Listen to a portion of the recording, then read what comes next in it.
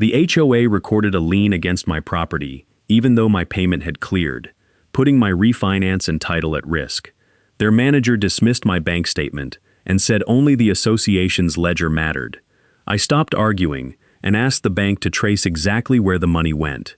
The answer came back with an endorsed check and a deposit record tied to the HOA.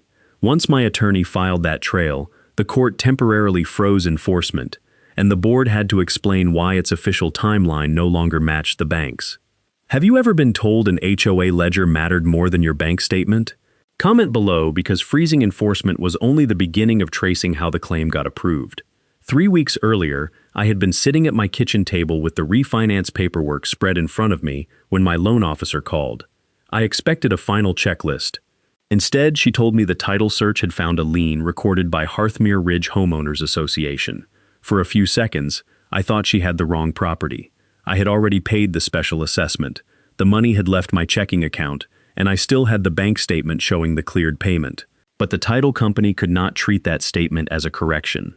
A recorded lien remained attached to the property until the HOA recorded a release, a court addressed it, or the title company received another form of acceptable cure. My closing, which had been scheduled for later that week, was moved to pending. I asked the title officer to send me everything she could: the recorded lien, its filing date, the amount claimed, and the county reference number. I also asked my loan officer how long my rate lock would remain valid. She gave me the deadline and warned that extending it would cost money. When the lien arrived, I read it twice.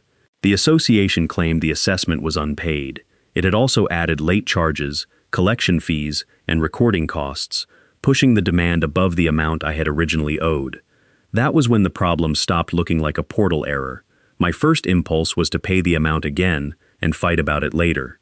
That might have protected the refinance, but it would also have left the lien process unexplained and forced me to recover money from the same organization already claiming I had never paid. I decided not to send a second payment until I understood what had happened. Instead, I created a separate folder and began building a record. I saved the lien, the title report, my bank statement, the assessment notice, a copy of the check, and every email I had exchanged with Sable Peak Community Management.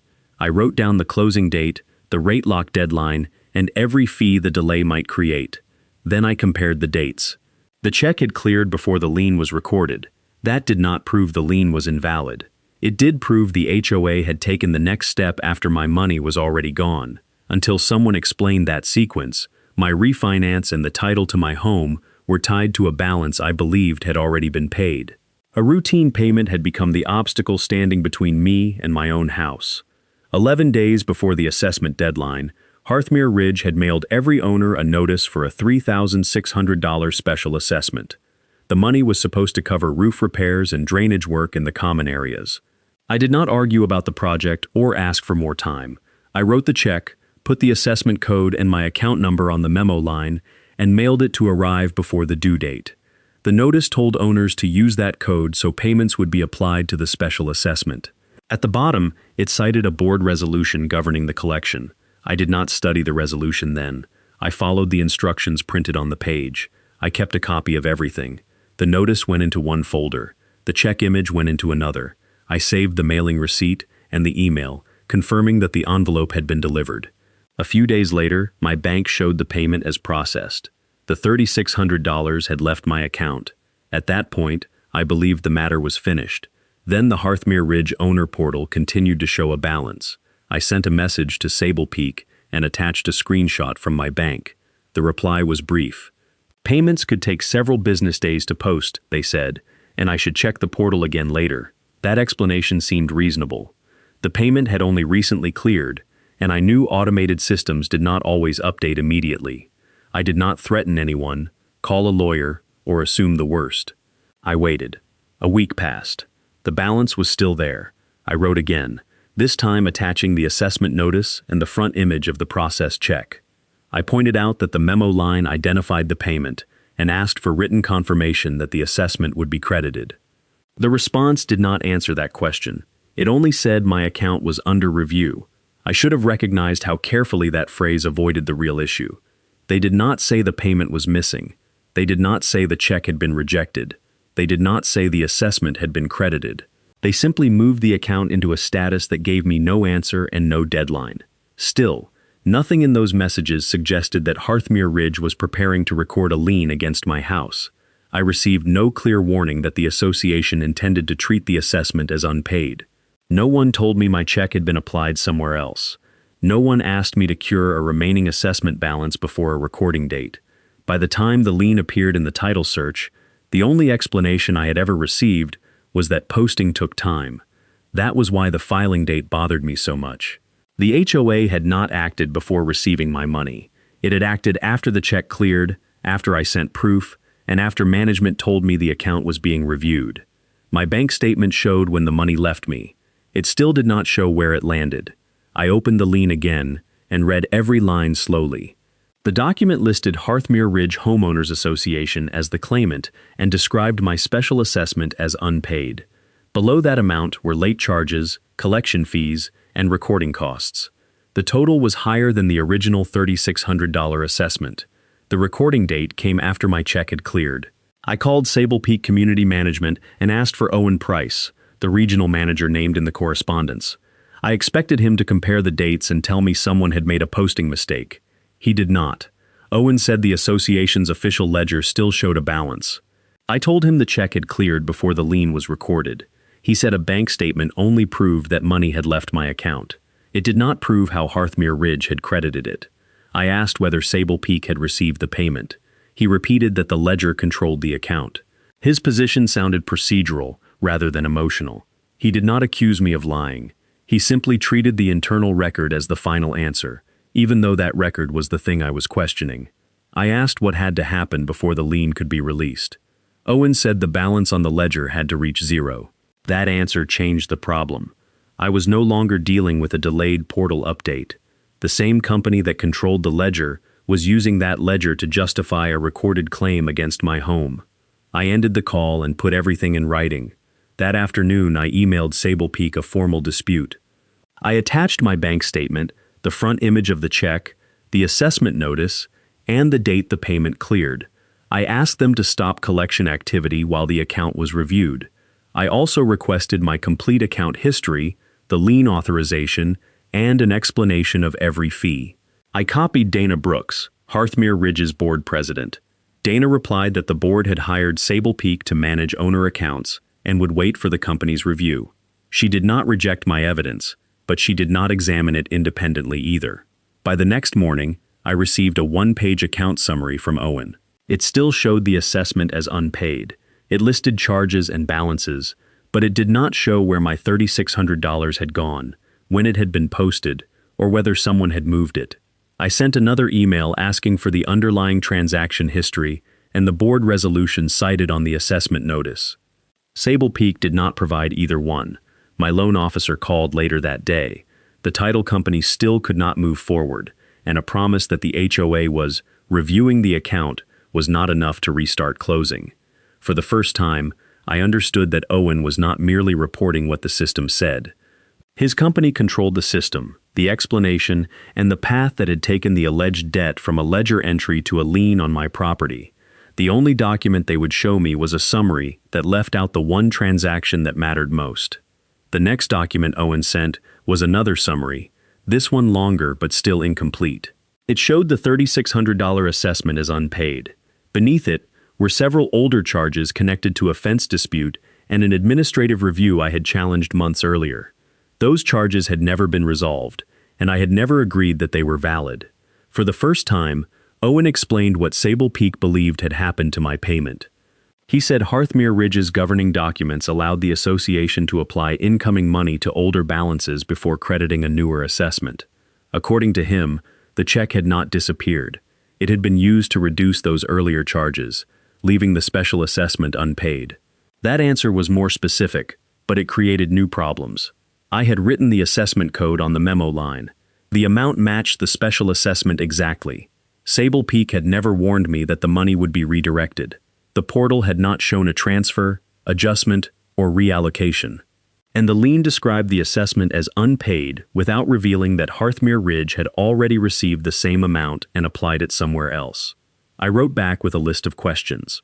I asked for the transaction-level ledger, not another balance summary. I asked for the written payment allocation policy Owen was relying on. I wanted the date the payment was posted, the user ID of the person who handled it, the authority for moving it, the documents sent to collection counsel, and the board record approving the lien. I also asked for the full board resolution cited in the original assessment notice and a complete calculation of the amount claimed against my property. Sable Peak responded with a new PDF. It still did not include the audit history or the resolution.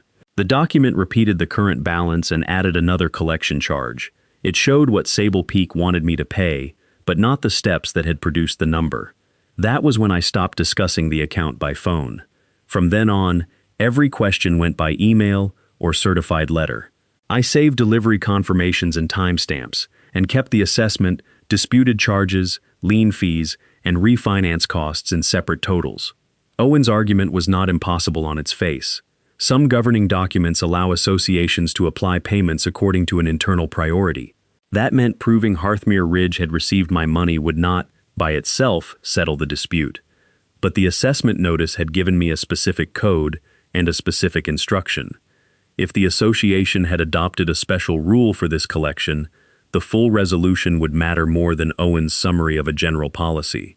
I needed to know whether that rule existed, whether it required the payment to remain on the assessment, whether written notice was required before any reallocation, and whether the lien paperwork accurately described what had happened. The question had changed. I was no longer trying to prove that I had written a check. I was trying to prove what Hearthmere Ridge did with it after the money arrived. So I called my bank again. This time, I did not ask for a statement. I asked them to trace the check from my account to the final deposit. The first representative could only see what I could see: the date, the amount, and the fact that the item had cleared. I explained that I was not disputing whether the money left my account. I needed to know where it had gone after that. She transferred me to the department that handled paid item research.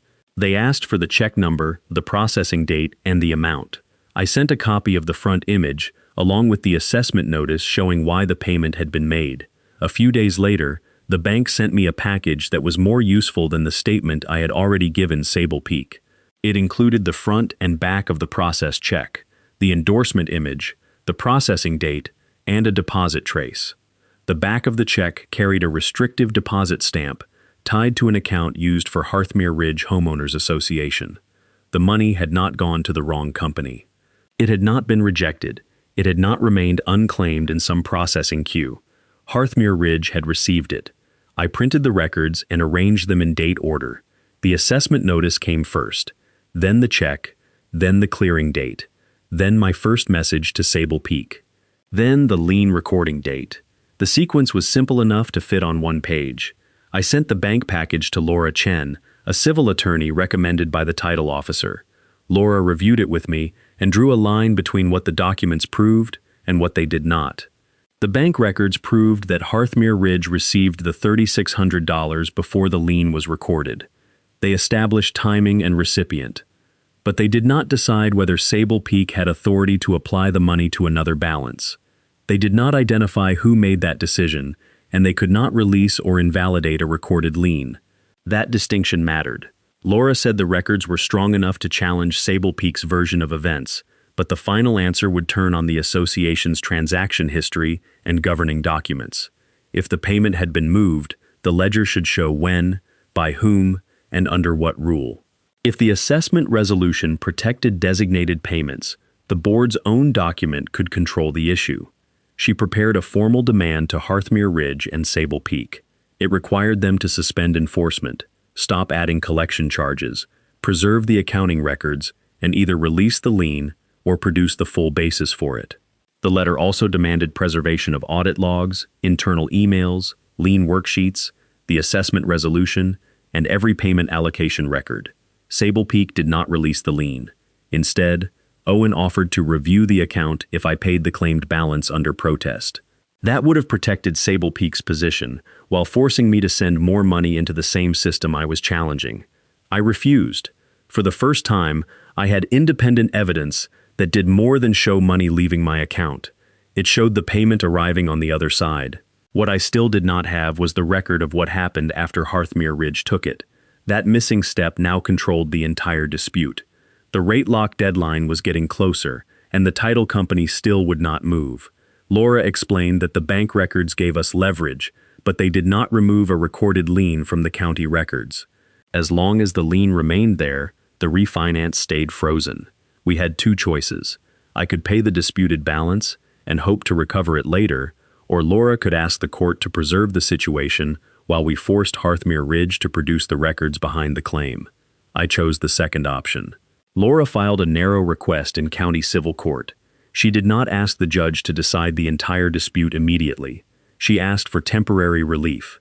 Stop enforcement, stop new collection charges, preserve the accounting records, and keep the HOA from taking another step while the evidence was reviewed.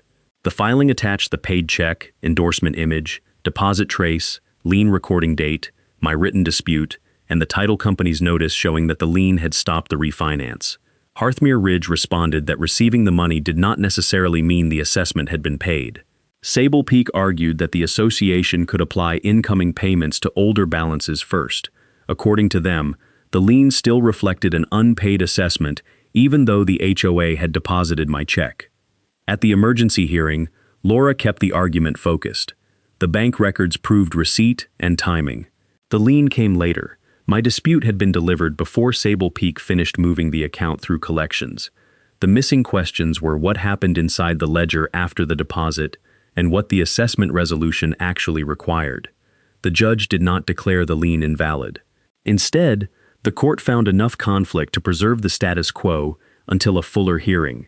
Hearthmere Ridge was temporarily barred from enforcing the lien or adding new collection charges tied to it. Sable Peak also had to preserve the underlying records. The bank records had not frozen anything by themselves. Laura used them to show a documented conflict, and the court used its authority to freeze enforcement while the dispute was examined. The HOA could no longer increase pressure while controlling the evidence. But the order did not clear my title, and the title company still could not close the refinance. My loan officer called that afternoon. The rate lock would expire before the next hearing unless I paid for an extension. I authorized the fee and saved the receipt separately. I did not want that cost mixed into the assessment, the disputed fines, or the collection charges. Dana Brooks received the court filing and bank package at the same time. For the first time, she saw the endorsement and deposit trace herself. She asked Sable Peak for the complete ledger and wanted to know why the board had not been shown those records earlier. Owen answered that the account had been handled under Hearthmere Ridge's payment policy and that Sable Peak saw no reason to release the lien before the court reviewed the issue. So enforcement was frozen, but the lien remained recorded, and the underlying balance was still disputed. Then Hearthmere Ridge changed its explanation. The payment was no longer missing. They admitted they had received it. Their new argument was that my money simply did not count toward the assessment I had written it for. Hearthmere Ridge's response arrived. For the first time, the association stopped claiming that my payment had never been received. Instead, Sable Peak said the $3,600 had been applied to older charges on my account, a disputed fence fine, administrative review fees, and a collection setup charge. That left the special assessment open. Laura read the response twice and pointed out what had changed. At the beginning, Owen had treated the ledger as if no payment existed. Now the HOA admitted it had taken the money, but argued that it had used the money somewhere else. That did not make the lien disappear. It made the dispute more precise. The issue was no longer whether Hearthmere Ridge had received my check. The bank had already answered that. The questions were whether Sable Peak had authority to redirect a payment marked with the assessment code, whether the board resolution allowed it, whether I had ever received the required notice, and whether the lien paperwork accurately described the account after the money was moved. Laura sent a second demand. She asked Sable Peak to identify the policy it relied on, the date the payment was reallocated, the person who made the entry, and every document reviewed before the lien was approved. She also asked for the original transaction history and the full assessment resolution, not another summary. Hearthmere Ridge responded that its general collection policy allowed payments to be applied to the oldest balance first, but the assessment notice had cited a separate resolution. The notice directed owners to mark payments with a special code. If that resolution created a different rule for this assessment, the general policy could not answer the entire question. Meanwhile, my refinance was waiting. The temporary court order had stopped enforcement, but it had not removed the lien from the title report. My rate lock was about to expire, so I paid an extension fee to keep the loan alive. I saved the receipt in a separate folder because that cost came from the delay, not from the assessment itself. That separation mattered. Hearthmere Ridge had already blurred assessment charges, disputed fines, collection fees, and recording costs into one number. I was not going to do the same with my damages. The setback forced a change in strategy. Up to that point, I had been trying to prove one thing. I paid. Now that fact was no longer disputed. The harder question was how a payment that reached Hearthmere Ridge and matched the assessment exactly had been moved out of that category and turned into a new delinquency. The check could not answer that. The bank could not answer that. Only Sable Peak's system and the board's own resolution could. Laura asked the court for limited discovery, focused on the payment posting, the reallocation, the assessment rule, and the lien certification. The judge approved it. For the first time, the case was no longer about my receipt. It was about the authority behind the audit trail. Laura's discovery requests were narrow enough that Sable Peak could not bury the issue under years of unrelated records. She asked for the lockbox report, the transaction-level ledger, the software audit history, the payment allocation policy, the assessment resolution, the lien authorization worksheet, and the emails showing what information reached the board before the claim was recorded. The first production was mostly familiar. It included the same summaries Owen had already sent, along with copies of notices and balance sheets. Laura replied that summaries were not enough. We needed the underlying entries and the governing rule. A week later, Sable Peak produced the audit log. I opened the file at my kitchen table and followed the dates line by line. The $3,600 payment had been entered on the same day the bank records showed it reaching Hearthmere Ridge's account. The original posting credited the special assessment. For 6 days, the assessment showed as paid. Then the entry changed. The first credit was reversed, and the same $3,600 was redistributed across the older fence fine, administrative fees, and a collection setup charge. The user credentials attached to the change were assigned to Owen Price. That did not prove why he made the change. It did not prove criminal intent, and Laura warned me not to describe it that way. But it did prove something Hearthmere Ridge's summaries had concealed. My payment had not arrived in the wrong place. It had been posted correctly before someone moved it. The timeline became more important when we compared the audit log with my emails. My pre-lien emails, bank statement, and check image had all reached Sable Peak before the lien worksheet was completed. Owen's account had received the warning, and the payment history was available inside the same system he managed.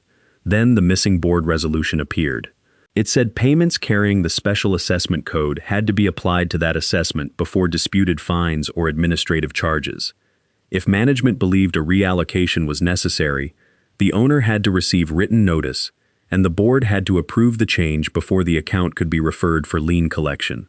That was the rule the original notice had cited. Sable Peak's general payment priority policy was real, but the special resolution created a narrower instruction for this collection. Owen had relied on the general rule without producing the specific one that governed my coded payment. No written reallocation notice appeared in the file. No individualized board approval appeared either. Then we received the lien authorization worksheet. It described the assessment as unpaid and listed the added fees. It did not mention that Hearthmere Ridge had deposited my check. It did not mention the original credit, the later reversal, my pre-lien payment evidence, or the special resolution. At that point, the case changed again. We were no longer asking the court to choose between my memory and Sable Peak's summary. The bank established receipt. The audit log established the reversal. The resolution established the rule. The missing notice and approval showed where the required process had broken. One question remained. Had the board been given the full history and approved the lien anyway, or had Sable Peak's certification controlled the decision? The lien authorization file answered that question by showing what the board had not received. The worksheet had been prepared after Sable Peak received my pre-lien emails and payment evidence. It listed the special assessment as unpaid and carried late fees, collection charges, and recording costs. It did not say Hearthmere Ridge had already deposited my check. It did not show that the payment had first been credited to the assessment. It did not mention the reversal. the special resolution, or the fact that I had challenged the account before the lien moved forward. Owen's approval appeared at the bottom. Dana Brooks told Laura that the board had not reviewed the transaction history before recording against me. The board had relied on Sable Peak's certification that the balance was valid and ready for collection. Dana had seen a summary, not the audit log. She had not been told the assessment resolution required coded payments to be applied first, or that reallocation needed written notice and board approval. The board's decision had been made through a document that omitted the most important parts of the account history. Laura did not accuse Dana of participating in the reallocation. The records did not support that. What they showed was that Hearthmere Ridge had delegated the accounting and lien process so completely that Sable Peak's version of the ledger became the board's version too. After the audit log and resolution surfaced, Dana asked Sable Peak for a written explanation. She also asked the company to release the lien voluntarily while the board reviewed the account. Owen refused. His response said the payment had been applied according to Hearthmere Ridge's general collection policy, and that releasing the lien before a court ruling would weaken the association's procedures. By then, he had the bank trace, the original posting, the reversal, my pre-lien payment evidence, the special resolution, and the board's request for a pause. He still chose to defend the certification. Dana then hired an independent accountant to review the account.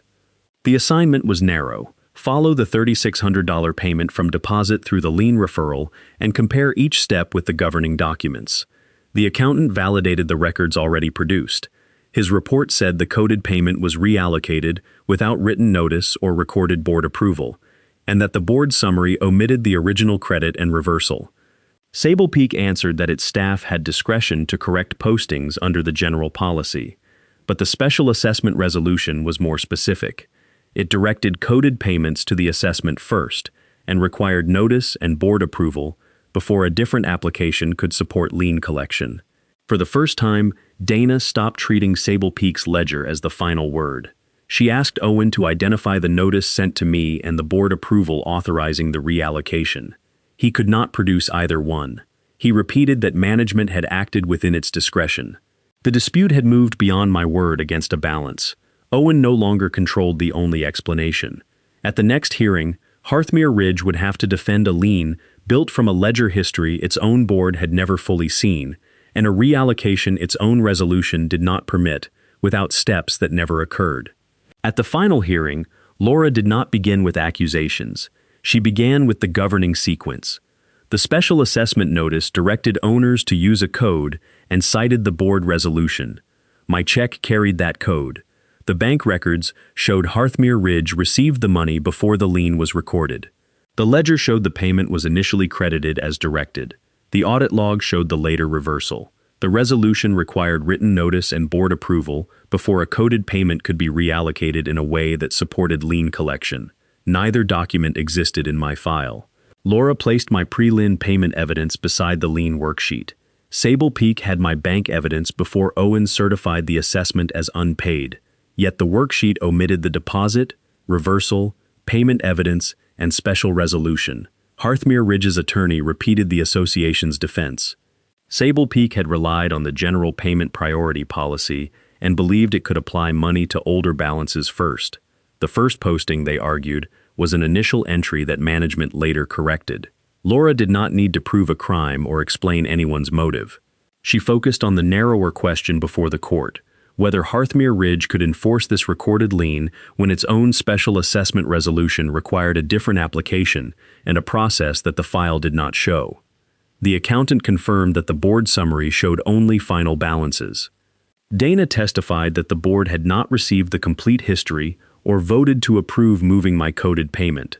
Owen maintained that the general policy gave Sable Peak discretion, but when asked for the written notice required by the special resolution, he had none.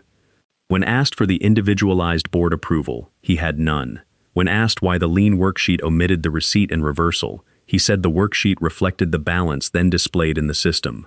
The ledger balance had been created by a reallocation that lacked the required notice and approval. The roles were clear. The bank authenticated receipt and timing.